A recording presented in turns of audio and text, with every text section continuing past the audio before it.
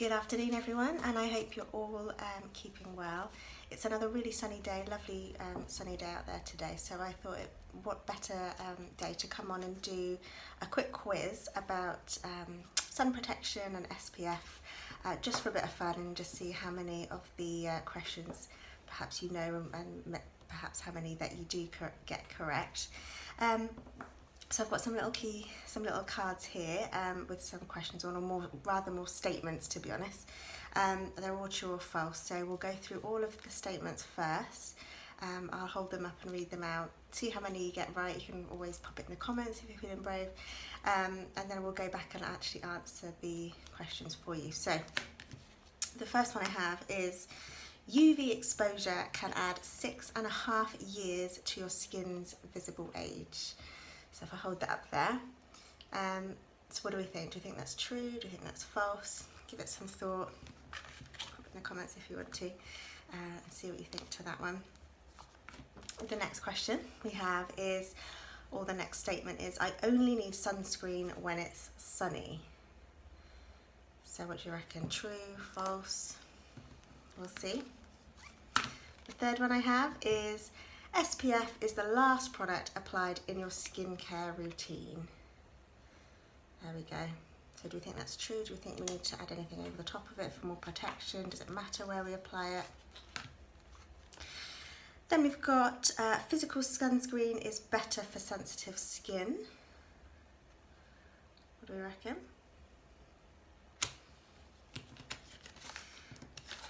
Just a few more. So all sunscreens are created equal. Do you think that's true? Do you think that's false? Next one we have is, high SPF sunscreens last longer.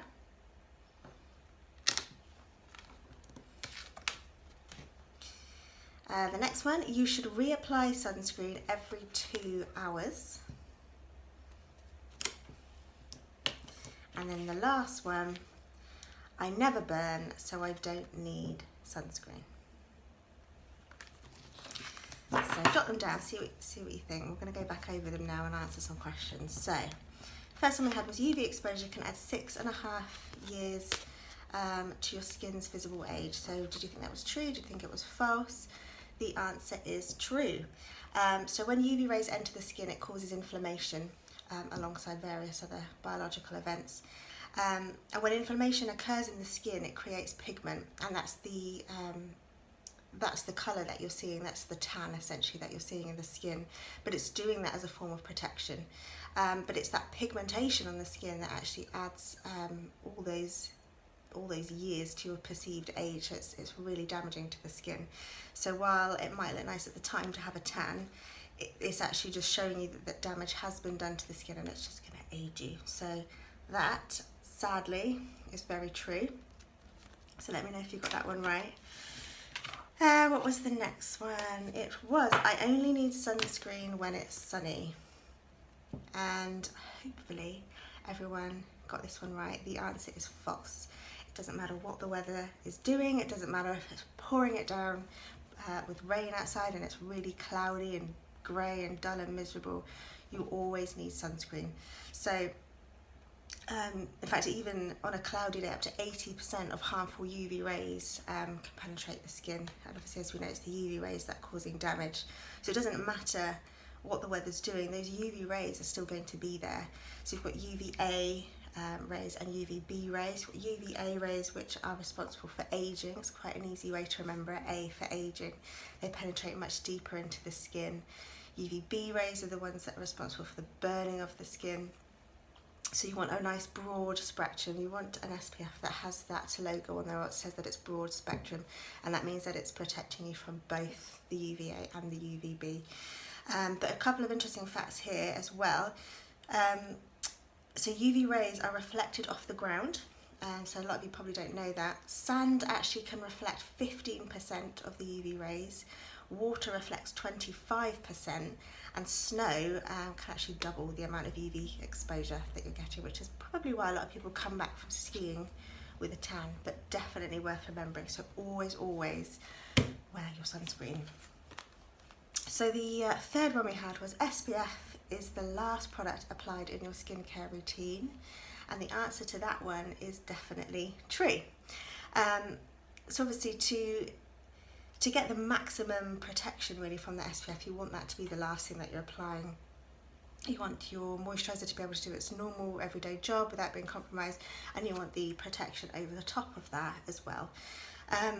So yes, absolutely, definitely want that to be the last thing that you're using. So well done if you got that one right. The next one was physical sunscreen is better for sensitive skin. Now some of you might not know that there are two different types of sunscreen. So you've got a physical type of sunscreen and a chemical type of sunscreen, and the main difference is that a physical sunscreen will sit on top of the skin, and it's actually reflecting the UV rays, deflecting the UV rays away from the skin, so kind of bouncing them away by using certain minerals, and those are usually titanium dioxide or zinc oxide. They give you immediate protection, so you don't have to really wait too long before you go out into the sun to apply it, and because it's kind of creating that barrier, that protective barrier to reflect the rays away, it's perfect for sensitive skin, rosacea, that kind of thing. Really, really good for that. Now a lot of physical sunscreens can be a bit chalky, a bit white. Dermalogic have just put out the most amazing new sunscreen. It's an SPF of 30 in physical defense, which, as the name suggests, completely invisible. So if you've got a slightly darker skin tone, it's perfect. It's not going to leave you with that white, chalky, horrible look on the skin. I won't go into that too much. I might do another video about that product perhaps a bit later. But yeah, so that's the physical. Then you've got the chemical form of sunscreen, and that's actually absorbed into the skin. And what that does is it changes the UV rays into heat, and then the heat is then released from the skin. So works really, really well. Probably not so great for slightly more sensitive skin because of the heat that it's creating. If you've got more sensitized skin or more sensitive skin, you kind of want to avoid as much heat as possible. And because it's also absorbed into the skin, that's the one you really need to wait to absorb, so around 20 minutes before your sun exposure. So that's the main differences. So of course the answer to this one is true. Absolutely, because the sensitive skin traditionally holds more heat, we don't want to be adding any extra heat with a chemical sunscreen in there. We want to be reflecting those UVs away. So yes, perfect choice. The next one we had was all sunscreens are created equal, and of course that is completely false. So the SPF number on the sunscreen will give you an indication of how long it will take the UVB rays to actually burn the skin. So for example, an SPF of 15 is going to take around 15 minutes for the skin to redden normally if it didn't have the SPF. SPF 30 around 30 minutes, and so on. So yes, they are all different. The higher the factor, the more protection you'll get. Perhaps not loads more, but yes, it does play a part. It has nothing to do with the UVA. So the UVA, as I said before, is what plays a major part in the actual skin aging and the generating of skin cancer as well. So that's the one that we really don't like. So as I mentioned before, you really want a broad spectrum SPF to cover you completely. Then it covers for both, which is perfect. So high SPF sunscreens last longer, and this is actually false. So although the number will kind of give you an indication of how much longer it would take for the skin to go red, if that makes sense, higher SPFs do block a slightly higher percentage of the sun's rays, but no sunscreen is going to block 100% of the UVB rays. It just doesn't happen. So anything over an SPF 50, actually the protection is so minimal, it kind of goes up. I think it's very, very minimal. It's something like less than 1% each time. So I think a 50% off the top of my head gives around 97% protection, but anything higher than that is going up so minimally, less than 1%, and obviously they're having to put more chemicals and things in there, so not ideal. So yeah, that is completely false. It will not last you any longer. Next one we had was you should reapply sunscreen every 2 hours. What do you reckon? That is true. So obviously if you just kind of apply it once and you're not reapplying it, you've obviously got the chance that perhaps you've missed areas that might not have any protection at all. So if you're reapplying it, you're able to perhaps catch any areas that you have missed. It may also be that the first time you put it on, you didn't put enough on. So actually you're not getting the full protection that you need. So just literally by reapplying the sunscreen throughout the day or every 2 hours, that is what is going to give you the maximum level of protection. So definitely every 2 hours. And if you didn't know, for full coverage of the face and neck, you should be applying 1 teaspoon of SPF. So that gives you a kind of an idea of how much you should be using there. So there you go, that's the answer to that one. And the very last one was I never burn, so I don't need sunscreen. And hopefully everyone got this one right. This is false. There just isn't such a thing as a safe tan. It just doesn't exist. The whole point, as I mentioned previously, of that pigment, of that tan, is to protect the skin because it's being damaged. So people that don't burn or that have naturally darker skin tones, you're going to be more susceptible, sorry, not more, you're going to be just as susceptible to skin damage as those with light skin. So it makes no difference. You still need to apply it. There just isn't such a thing as a safe tan. People always ask me, should I get a base tan before I go away? No, it's not. That's a myth. There's no point, because the pigment, that base tan, is still damaging your skin. It just is not worth it. Okay, so just don't do it. So that's that. Let me know how many you got right. I'd be interested to know. There's quite a few there. Or if there's anything that you didn't realise. It's quite interesting.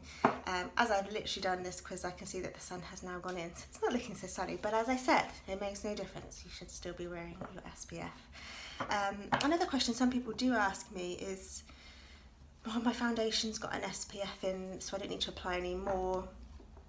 Actually, that's not true. It's great to have it in, and I would always say if you can get your makeup with it in, perfect. But again, it's just not going to be enough, so you do still need to be having your SPF on there for protection.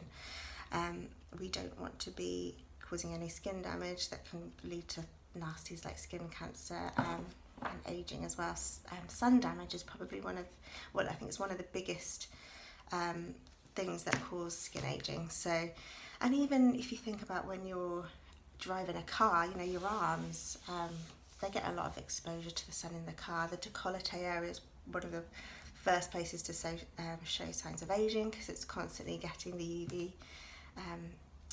UVA and the UVB exposure, same as the face. So yeah, I hope that was just a bit of fun on a not so sunny day that it was when I started this. But yeah, I did kind of touch on the fact that Dermalogica brought out a new sunscreen. I might do another little video or something about that a bit later on to introduce it. I haven't introduced it to anyone yet, because it kind of came in and everything was going on, and then we had to close. But it is a really nice one. I've had it here, I've tried it myself, and it feels really nice on the skin. So we will go into that. So there we go. Just a few things on sun protection. I hope it was slightly useful anyway. Go and enjoy your day. I don't know if the sun's going to come back out. We'll see. But yeah, have a lovely day, and I will see you soon. Bye.